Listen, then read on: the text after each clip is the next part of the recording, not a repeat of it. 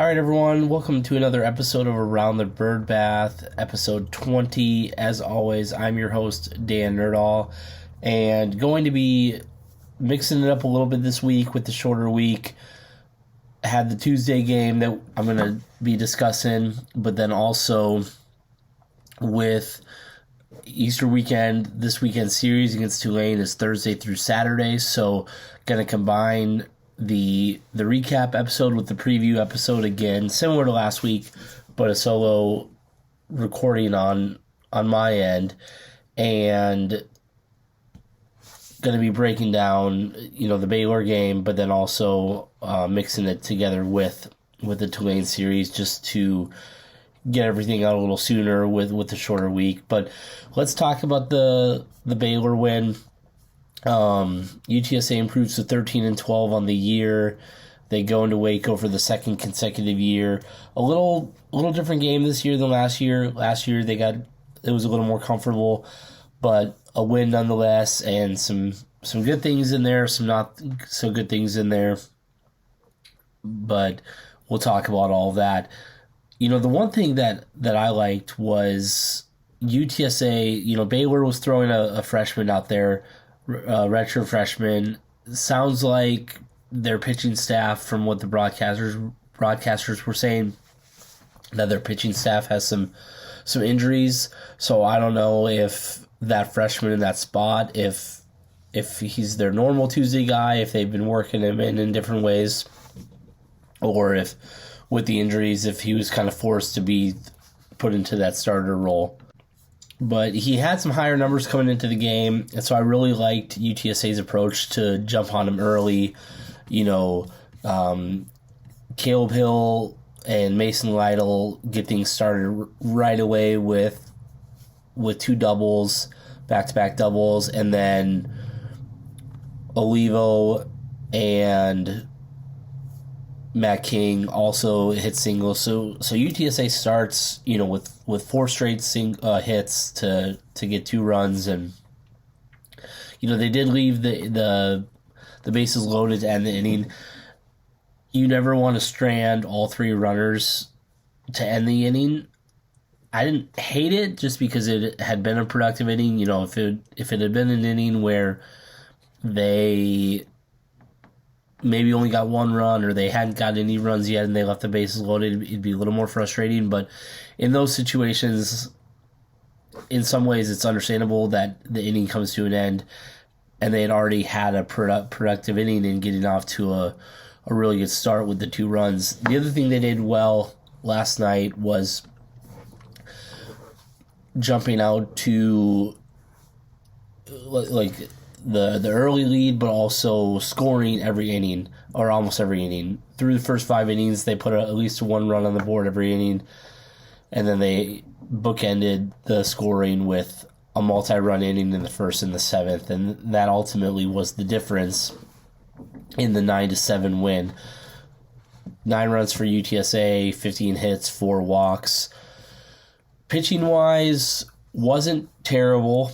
Certainly some frustration with not finding the strike zone. Had another 7 walks allowed by the pitchers, and with 1 hit by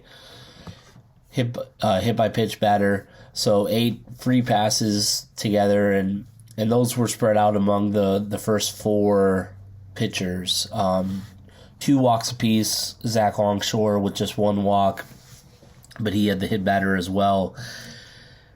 And the broadcasters mentioned this, and they touched on this, and they said that when they talked to Coach Hallmark earlier in the week, he mentioned that, one of the things UTSA has to do is throw strikes. He mentioned it on the broadcast, and interestingly enough, last year, if you remember, the kind of the ESPN comment by Coach Hallmark was, I wish we had some more power, but we don't really have any right now. And then after that game, UTSA kind of started to find some more power and hit the home run ball a little more, and ended up with a decent number of home runs on the year. This year, the comment, if you will, the Baylor comment, we can start calling it, depending on how they work out every year, was, he mentioned the pitching last night had been kind of lousy up to that point, but also that they just need to throw in more strikes, and maybe it'll work the same way. They certainly cleaned it up the rest of the game. Through 4 innings, they had the 7 walks and the 1 hit batter after the 4th inning. So innings 5 through 9, they didn't allow any more walks. Ryan Beard's second inning of work was much more clean. Braylon Owens had a kind of redemption outing, got back on the right track with 2 innings pitched, just 1 hit and 2 strikeouts. And then, Fisher Kingsbury continues to impress, and he's been having a really good year, has put up some really good numbers, came in just for the 1 inning. I thought maybe, they might have given him 2. I think it was partially with the 2-run lead, bringing Ruger in to close it out in the 9th, but also I think it was maybe more so that with the shorter week and perhaps wanting both Fisher and Ruger available on Thursday and or Friday, you didn't want to have either of them throw too many pitches. You had Fisher just threw 16 and Ruger threw 19 pitches. So both are certainly will be in play for Thursday. Hopefully we've kind of seen, and we'll see again, getting back to Thursday, and we'll talk more about this in a little bit, but you might see Fisher open it up again for Robert and see if the 2 can combine to go 7 to 8 innings, and then maybe bring Ruger in, or maybe get enough offense where you don't need Ruger in a closing situation. You can save him for Friday and Saturday.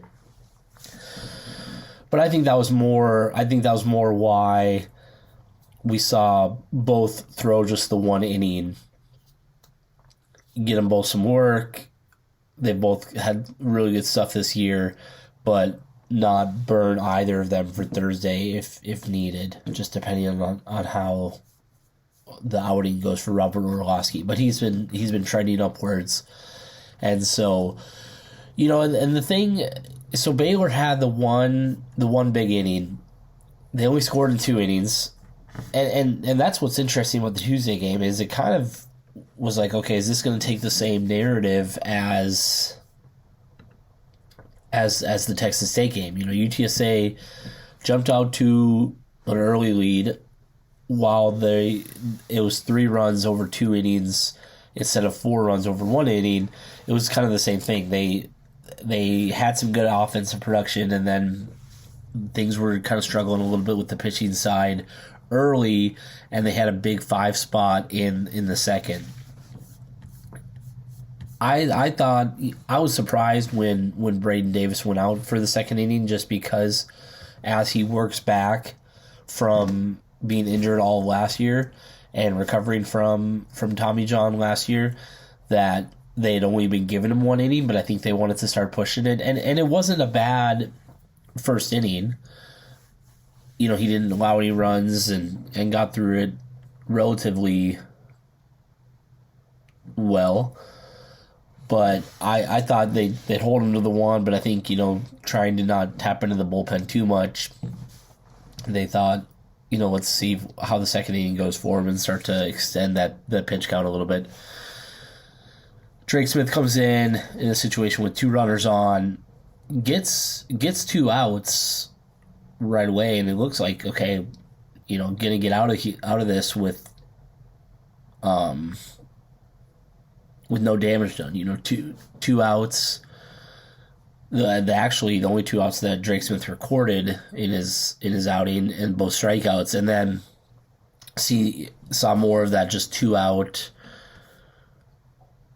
damage where some walks, some hits. One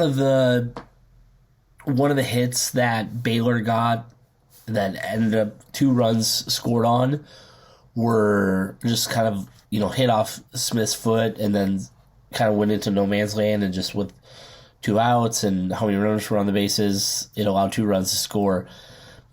If that ball doesn't hit him, who knows if Zane Spinn or Matt King can make a play on it.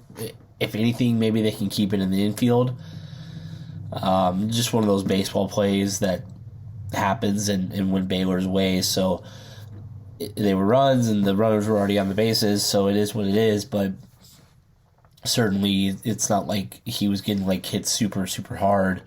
And I think with the pitching, they were, some of the misses were bad on the walks, and some were close. So I wonder if almost that they were missing close, and they're like, well, if I come in any more, I'm just going to get kind of smashed, and so overcompensating a little bit and then missing bad. But fortunate that they cleaned it up and they had more innings without walks than innings with walks, even though it was a lot early and certainly frustrating. And then also ended up having 12 strikeouts on the night. So they were certainly doing a good job of putting Baylor down via the strikeout. And I mean, you might look at the box score and see that they used 7 pitchers. Some of that was, Braden Davis is still limited in how much he can pitch. Some of that's, Drake Smith kind of struggled a little bit. But I think also other parts of it is they, just with the shorter week, they didn't want to burn anybody completely. And so, nobody pitched more than 2 innings.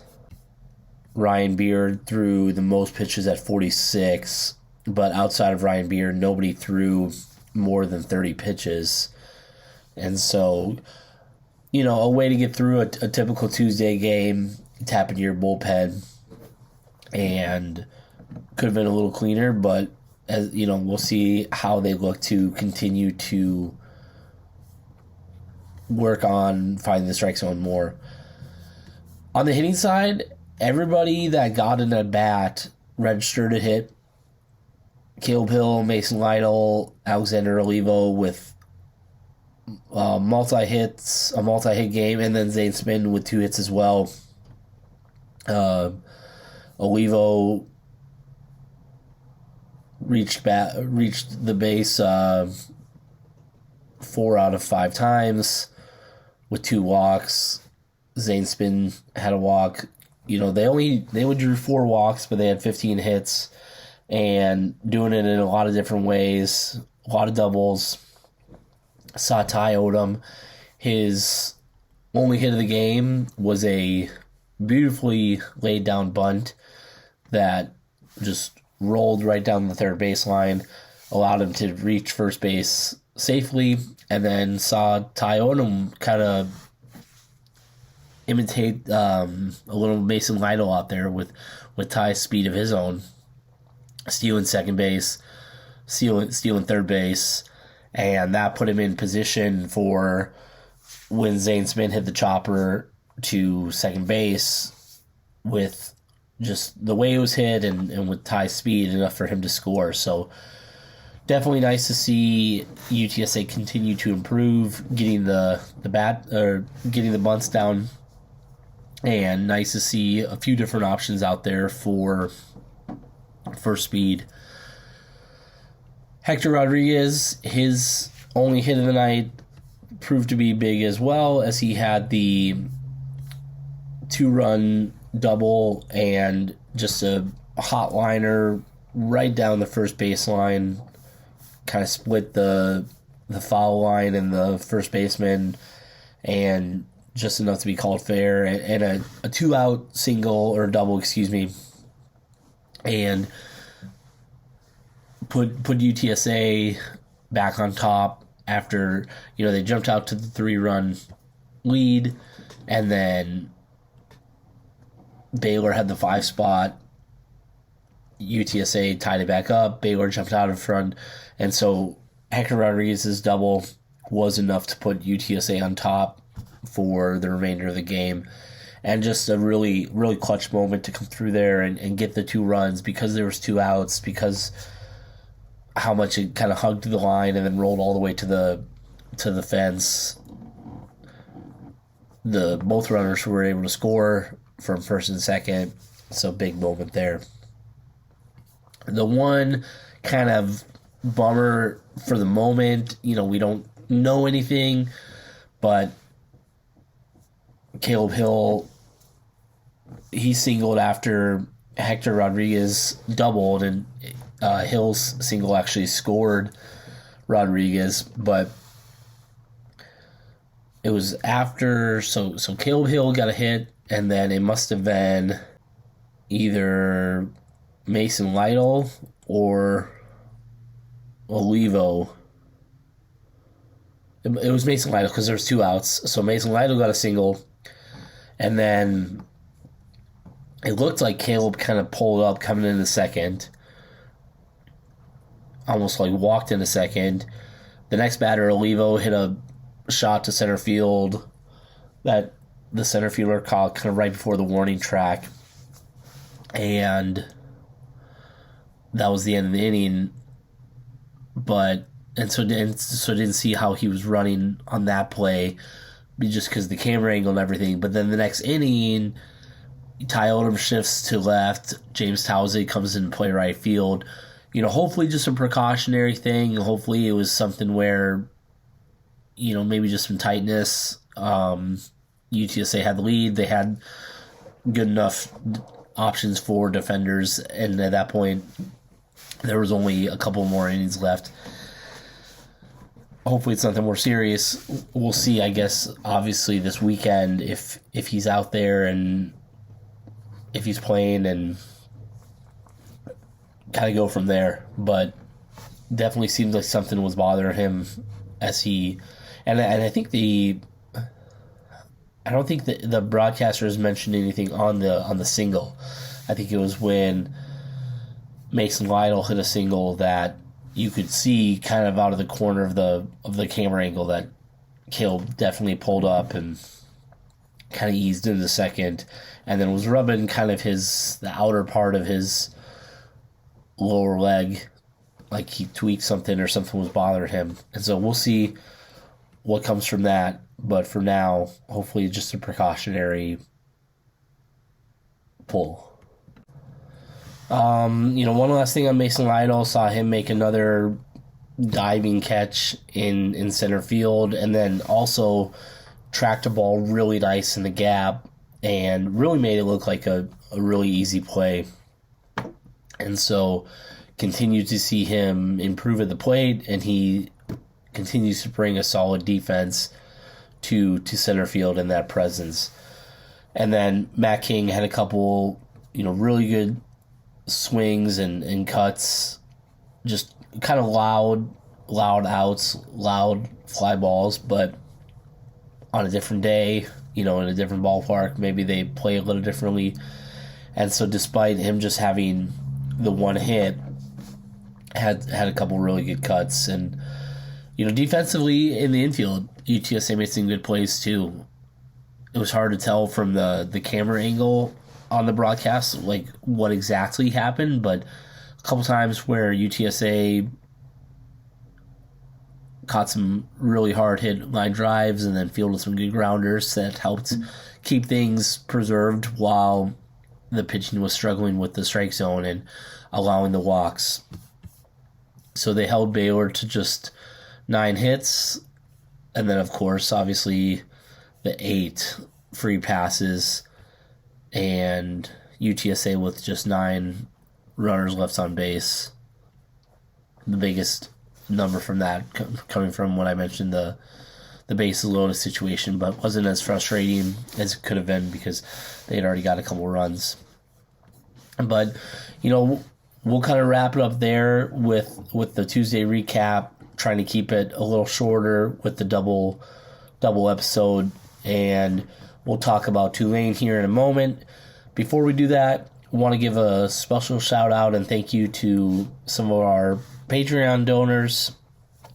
Really appreciate all of your support on Patreon, and allows us to provide extra content, do work NIL deals, work different deals with people, and allows myself and other contributors to get paid for providing the content. And had CJ drop a really good interview with track and field alum Liram Emerlahu, and they go way back and they talk about that in the episode, but really enjoyed listening to that, and a really interesting episode just hearing about track and field and how it works, and track and field at UTSA and what that's like, and Liram as he continues to compete and continues to run for Kosovo. So definitely check that out if you get a chance. Have some more things coming your way in terms of around the birdbath content, working on the next Where Are They Now episode, just trying to get the logistics set up for that, and probably have that drop sometime in April at this point, just with all the other content and episodes that Jared and Adrian have been bringing you. And then make sure to keep an eye on that store. We've been previewing, or I've been kind of sneak peeking the new baseball birds line that's coming to the store, and hopefully it should be dropping very soon, but keep an eye out for that. And I was able to get some early drop of the new stuff, and the trucker hat fits super comfortable, and then you can't go wrong with comfort colors t-shirts, and then the baseball style tee, the kind of the 3/4 tee, super light and super comfortable. So definitely keep your eyes out for when that's going to be dropping. But before we take a Kumia break, want to say thanks to our board of trustees: Digiteek, John Outwell, Lino Perez of Los Dos Rowdy Tailgating, Gary and Rubin representing the UTSA Bird Gang Tailgate, Ray Redding and Me Apparel, Brandon Grell and the Grill Realty Group, Andy Elizalde and Proficient Benefit Solutions, Ian McClendon and Seeker LLC, Ryan Squires, Waterman Construction, Javon Townsend, VP of the DFW chapter of the UTSA Alumni Association, UTSA Annual Giving, Artisan Vapor and CBD, and of course our big money donors: Ben Tovar, the Bunch family, Zach Esper-Quetta and the San Antonio Podcast Network, Alejandro Benavides, Jacob Cavazos, board president for the UTSA Alumni Association, John Nally, Brandon Padron, and Rick Cortez of Rowdy Road Grillers. So thank you again for all of your support, and encourage you, if you're not on Patreon, get on Patreon. You get to get in the Patreon chat on the app and get all the scoops there, but then all of the bonus content that we're bringing you all year long, so you don't want to miss out on that. Let's take a quick Kumia break. We'll come back and break down the Tulane series. All right, everyone, and welcome back. So doing a quick preview of the Tulane series, UTSA's second weekend series in American Athletic Conference play. You hopefully by now are well caught up with the outstanding opening weekend, not only winning the series, but knocking off number 10 East Carolina University, and looking good in a lot of different ways throughout the weekend, and getting off to a great start. First time UTSA won a series over a top 10 team, and just a really good series and a really good start. And it was also UTSA's the first time this season that they've won two weekend series in a row. So a little bit of a hot streak on winning series. Let's see if they can keep it going. Mentioned this already, but it is going to be a Thursday through Saturday series, with it being Easter weekend, and that's pretty typical across all college baseball. I don't know if anyone is playing a Sunday game. There might be some team out there, or maybe if there's a rain delay or something, they'll bump it a day, depending on circumstances. But Thursday night 6:30, Friday night 6:30, and Saturday afternoon at 1 o'clock at Tulane in New Orleans. History against UTSA: they did play two weekend series back in 2013 and 2014 from their time in Conference USA. With UTSA, they're 3-3 all time. UTSA went 1-2 in 2013 and 2-1 in 2014. Tulane has a pretty good history. They've made the NCAA tournament 22 times.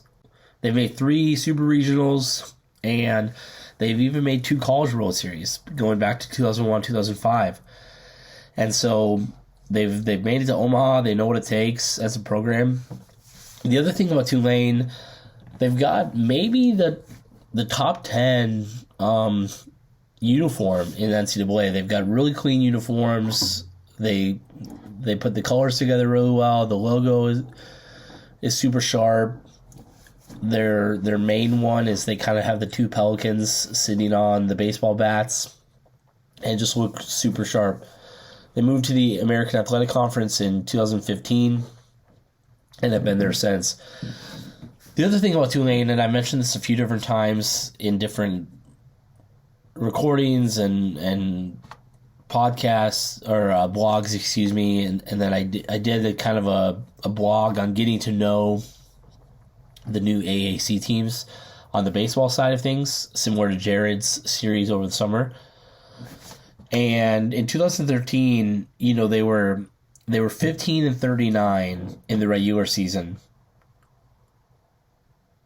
Only 8-16 in conference play going into the tournament. Put everything together, had a really good tournament, went 4-1 in the AAC tournament, resulting in a American Athletic Conference tournament championship. They knocked off ECU in the finals 8-6. And although their final record on the year was 19-42, put it together in the tournament and got that automatic bid and good enough to go to regionals. They went to the Baton Rouge regional, and they lost to LSU and Sam Houston State. But that was all on the back and help with their new head coach last year, Jay Ullman. He's now in his second year. And so just kind of showed, hey, baseball's about momentum and playing good baseball at the right time, and they put it all together when they needed to, and it paid off in them going to a regional. So this year they're still kind of rebuilding a little bit, still trying to figure things out. They're projected to finish 8th in the American Athletic Conference standings. They're only projected to finish ahead of Rice and UAB. They do, however, despite the lower projection, they were projected by D1 Baseball to have the Player of the Year, outfielder T.O. Banks. T.O.'s got off to a little bit of a slow start in terms of hits, brings a real dangerous approach in extra base hits, and that's something to keep an eye out. And, watch him as he has the power and the extra base hits. If the consistent hitting picks up, then he could be really dangerous. But also from the plate, Brady Margit and Gavin Schulter, some guys to look out for as well. They're similar to UTSA in how they approached the transfer portal. They brought in 15 transfers, and they're hoping to, have that result in more of a physical lineup, more discipline at the plate. Biggest question mark for Tulane kind of coming into the season and at this point is, what is that starting pitching going to do? It still seems like there's some questions there, and how exactly that's going to look and how that's going to help out. They are 2-1 in AAC play after taking the opening weekend series against Rice, and they outscored Rice 26-12 in 3 games.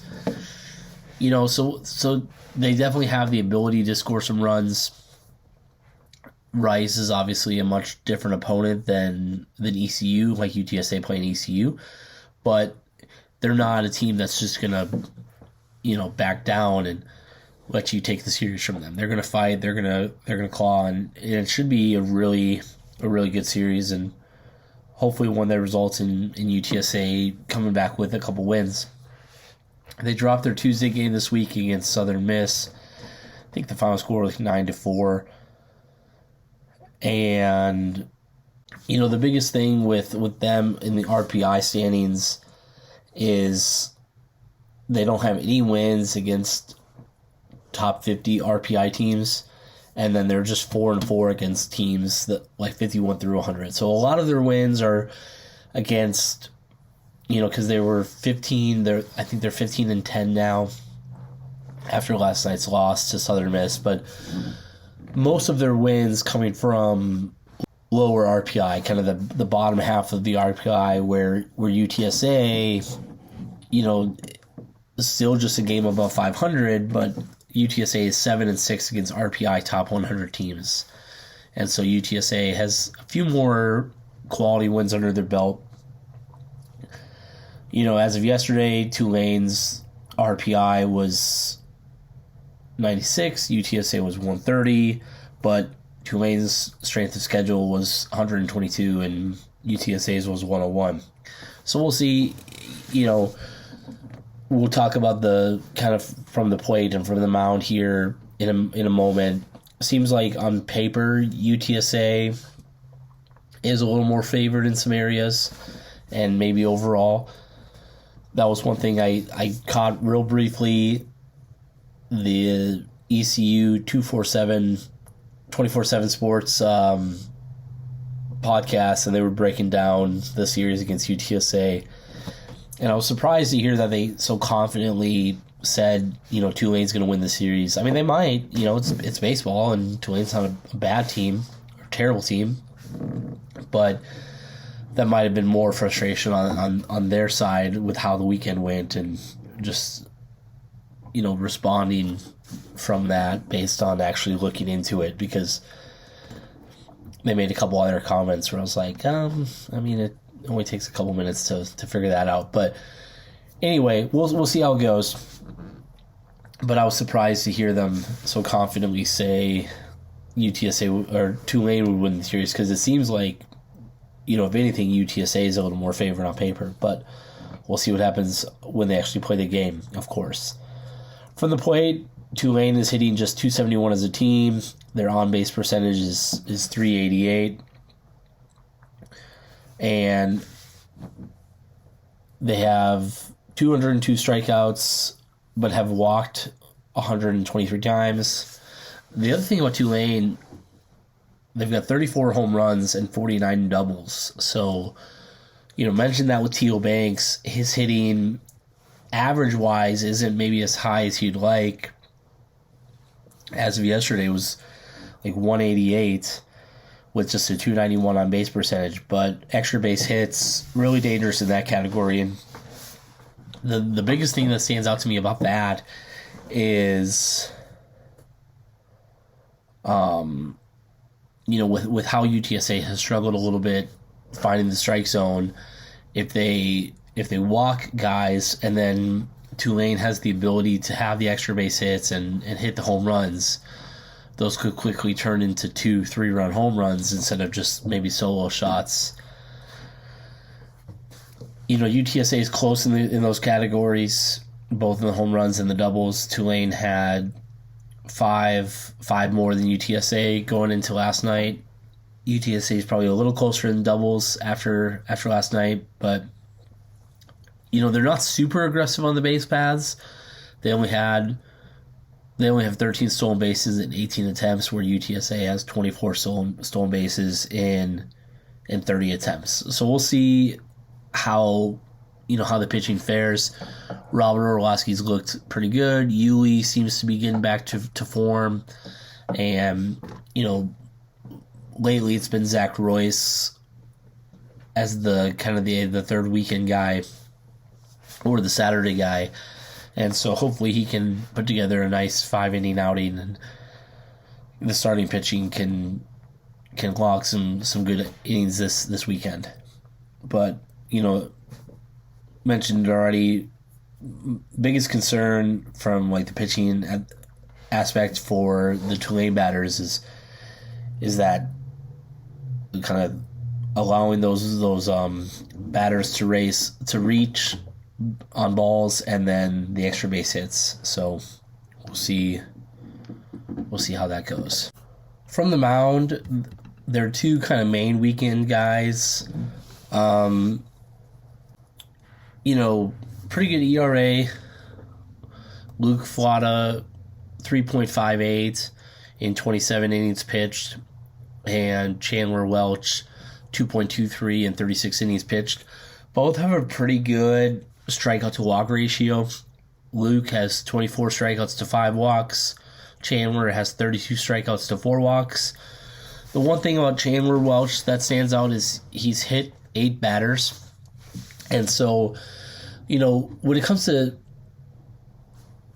hit by pitch, it's one of those things where, does it happen on the first pitch of the at bat? Is he already struggling a little bit? And, maybe he has a 3-1 count on the batter, a 2-1 count, and he is struggling, and it just results in the batter getting hit. So it is a separate it's a separate category from the walk, of course, because it could happen at any point, and if a ball gets away from you in the first pitch. But it does kind of, I kind of look at it as how it compares with the walks, because you're obviously struggling with your control a little bit if you're hitting batters, especially that many. He's got the most on the team. Second is Will Clements, who looks to be their third weekend guy. His ERA is a little higher at 5.48, and he's only struck out 13 batters to 7 walks. But if you take the 7 walks and the 6 hit by pitch for him, then he's put as many on in free passes as he's struck out. So, and then his opponent batting average is pretty high at 301. So, yeah, I mean, they're two guys definitely pretty good with strikeouts. UTSA at times has struggled with that, so we'll see how they approach the plate, and hopefully they can have quality at bats and limit the strikeouts. But definitely keep an eye on, while the walks might not be as high, the hit by pitch, especially for the weekend guys, is a little higher. And kind of looks like their closer is Jacob Moore. He's got a 2.2 ERA in 16 innings pitched across 11 appearances, 22 strikeouts, 3 walks. He has not hit anybody, so the base on balls or on base percentage for him allowed is a little more true with just the 3 walks. But curious to see what his stuff looks like, and I would imagine, depending on the situation and everything, you see him early in the weekend to try to get a win for Tulane. A couple of their other guys, another one to keep an eye on in terms of relievers, Henry Shuffler. He's got a 1.08 ERA in 11 appearances, 16.2 innings pitched. So him and Jacob Moore seem to kind of be their back end 1-2 punch in terms of shutting teams down. And but Moore's got a little better control than Shuffler. Shuffler's got 15 strikeouts, 7 walks, and 4 hit by pitch where he's hit the batter. And then both Moore and Shuffler have a pretty good opponent batting average. Shuffler's is .093 and Moore is .190. So hopefully UTSA can get out to, good starts and get runs early before those two come in to try to close it down. As a team, their team ERA is 4.49. They've got 212 strikeouts, just 92 walks. And the other thing about, Tulane from the pitching defensive side is they've allowed 129 runs, but only 111 of those runs were earned. So, maybe UTSA can have some things bounce their way and kind of continue to hit the ball hard and benefit from that. But we'll see kind of how the pitching looks for Tulane and how it works out. You know, as we wrap up here, I think the goal for UTSA, obviously, you know, win the series. That's goal number one. Continue to rack up those AAC wins. But I think just continue what they're doing. They're not playing perfect baseball. You know, you can't walk 7 guys and hit a batter and say you're playing perfect baseball. But for the most part, like, things are going in their favor. They're playing better baseball now than they were. And just continue to work on that momentum, continue to look for ways to be consistent, and continue to be tough at the plate, tough in the field, and, you know, continue to find ways for everything to kind of work itself out. But, you know, the obvious things out there, like, you want to see the pitching improve, you want to see good hitting.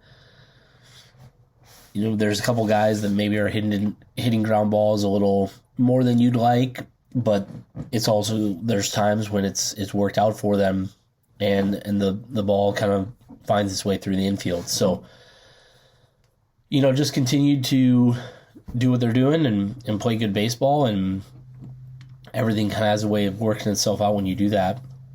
But if you don't have a chance to get down to New Orleans this weekend, you know, there's still time to throw together a quick trip and get down there and watch some baseball. But if not, the game should hopefully be on ESPN Plus, I would imagine. And hopefully it results in UTSA taking the series and continuing to remain atop, or at the top. Still early enough to where there's a lot of teams that are tied, but remain atop the AAC standings and, you know, feel good going into a midweek game against UIW. So we'll see what happens. But for now, thanks for listening. Be sure to check out our store at Alamo Audible. And as always, appreciate your support.